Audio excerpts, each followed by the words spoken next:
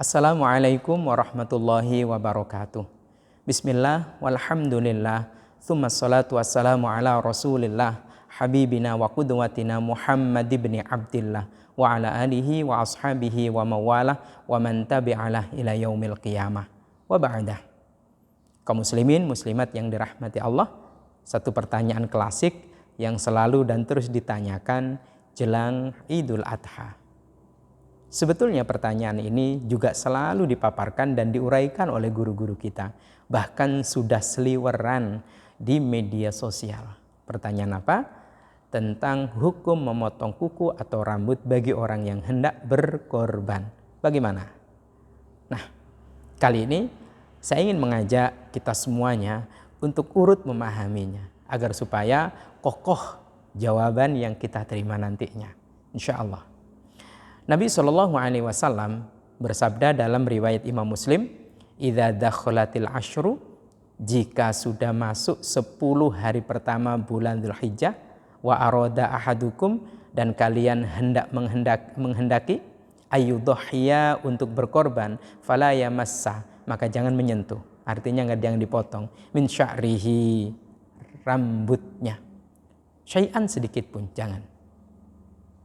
Dia dalam riwayat yang lain, fala ya'khudanna, maka janganlah kalian mengambil atau memotong, min sya'rihi, rambutnya, wala min adfarihi, juga kukunya, hatta yudhhiya, sampai hewan kurbanmu dipotong. Sama-sama hadis riwayat Imam Muslim. Bagaimana para ulama memahaminya? Saya ingin mengajak kita terbiasa untuk memahami bagaimana para ulama memahami syariat. Karena ulama itu kalau memahami syariat pasti menyandingkan kekuatan fikir dan kekuatan zikirnya. Karena itu sabda, fatwa, termasuk pendapat para ulama selalu membawa manfaat dan maslahat. Karena memang dalam memahami satu hadis, dalam memahami satu permasalahan tentang syariat Allah Subhanahu wa taala dan Rasulnya, selalu mengedepankan hati dan pikiran. Fikir, zikir selalu bersanding, tidak pernah terpisah. Nah, pertama dijelaskan di dalam kitab Al-Majmu', madhabuna, menurut pendapat kami, madhab kami, yaitu Imam Syafi'i rahmatullahi alaih, anna izalatas sya'ri, sesungguhnya menghilangkan atau memotong rambut, wadhufri, dan kuku, fil ashri, di 10 hari pertama bulan Dzulhijjah, liman, bagi orang aradat tadhiyata, bagi orang yang sudah menghendaki berkorban, makruhun, hukumnya makruh. Maka potong kuku, potong rambut bagi orang yang akan berkorban hukumnya makruh. Apa makruh? Makruh tidak dosa. Makruh juga tentu tidak mempengaruhi kurbannya. Tetap jalan, tetap sah. Hanya saja yang demikian itu tidak disuka oleh Nabi SAW. Makanya Nabi melarang, fala yamassa, fala ya'khudanna, dalam redaksi hadisnya. Tapi waqala Malik wa Abu Hanifah, menurut Imam Malik dan Imam Abu Hanifah, la yukrahu, tidak ada kemakruhan. Itu hanya anjuran biasa saja. Tidak sampai menjadikan Nabi itu benci, enggak. Tidak sampai menjadikan Nabi tidak suka juga, enggak. Ya enggak makruh, biasa aja. Pendapat ketiga, waqala Sa'id ibnul Musayyib wa Rabi'ah, dan Imam Rabi'ah, wa Ahmad, Imam Ahmad, wa Ishaq, dan Imam Ishaq, wa Dawuda, dan Imam Dawud al-Zahiri, mereka semua berpendapat yahrumu, haram memotong rambut dan kuku bagi orang yang hendak berkorban. Maka kalau kita simpulkan, cara ulama memahami dua hadis yang di awal saya sebutkan tadi itu bervariasi.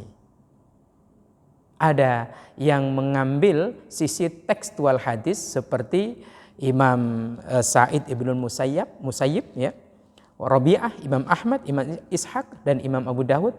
Pokoknya teksnya fala, apa yang dilarang Nabi berarti tidak boleh, haram berarti. Kalau Imam Malik dan Imam Abu Hanifah mengatakan oh enggak, karena itu dorongan anjuran biasa saja, tidak sampai kepada haram, lawang makruh saja enggak. Sementara Imam Syafi'i mengatakan makruh. Nah, bagaimana kemudian sikap kita? Hadisnya ada, para ulama pun telah menyampaikan isi pikirannya, pokok pikirannya tentang larangan Nabi SAW terkait orang yang hendak berkorban potong rambut, potong kuku. Kaum muslimin muslimat yang dirahmati Allah, maka bagi kita fleksibel saja. Inilah keuntungannya kalau kita memahami dasar syariat itu seperti apa yang dipahami oleh para ulama. Kita tidak saklek. Kita tidak langsung mengatakan begini begitu, enggak sesuai pola pikir kita. Padahal pola pikir kita selalu lepas dari pola zikir kita. Yang terjadi adalah enggak ada maslahat, enggak ada manfaat.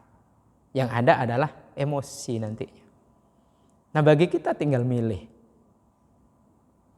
Oh, untuk lebih hati-hati ya sudahlah, enggak tak potong. Tapi tampaknya itu enggak bagus. Kalau kuku panjang masuk mau Idul Adha, ya sudah silakan potong. Berarti mengikuti pendapat Imam Malik dan Imam Abu Hanifah. Saya sih sebetulnya mau motong, cuman saya lebih memilih pendapatnya Imam Syafi'i. Ya, saya hindari kemakruhan. Selesai. Nah, hukum itu, hukum semuanya makruh atau tidak makruh, atau bahkan yang haram tadi, itu pada prinsipnya mengacu pada dua hal. Satu, sudah masuk bulan Dzulhijjah. Dua, hewan kurbannya sudah dibeli. Artinya apa? Kalau sebelum masuk Dzulhijjah dipotong kuku, dipotong rambut, dipotong jenggot, dicukur kumis, dan bulu-bulu yang lain, tidak ada masalah. Tidak terkait dengan hukum apakah makruh, tidak makruh, ataukah haram tadi. Yang kedua, hewannya sudah ada. Artinya meskipun sudah masuk bulan Dzulhijjah, tapi belum beli, ya tidak apa-apa, potong dulu. Maka kemudian sampai pada kesimpulan akhir. Nasihatnya, kalau kita sudah ngebeli hewan kurban, itu yang pertama, mumpung belum masuk Dzulhijjah, potong. Untuk menghindari perbedaan pendapat dan kita bersama-sama teguh dalam menjalankan sunnah Nabi SAW. Mumpung belum masuk Dzulhijjah. Sudah masuk Dzulhijjah, nah mumpung belum beli hewan kurbannya, sapi belum beli, artinya belum daftar. Kambing belum beli, juga belum daftar. Ya sudah, potong aja semuanya, baru setelah dipotong daftar. Selesai. Mudah-mudahan membantu kita untuk memahami keutuhan syariat Allah Subhanahu wa taala dalam hal ini. Yang jelas al-khuruj minal khilaf itu mustahab. Keluar dari perbedaan pendapat yang tadi saya kemukakan itu adalah lebih baik. Artinya para ulama menuangkan pokok pikirannya untuk jadi acuan kita. Lalu kita mengamalkan yang mana? Silahkan. Jika kita pun tidak mengamalkan semuanya, kita cari amannya. Bagaimana? Sebelum masuk Dzulhijjah dipotong bagi yang sudah beli. Bagi yang belum beli, mumpung belum beli dipotong. Sudah, selesai.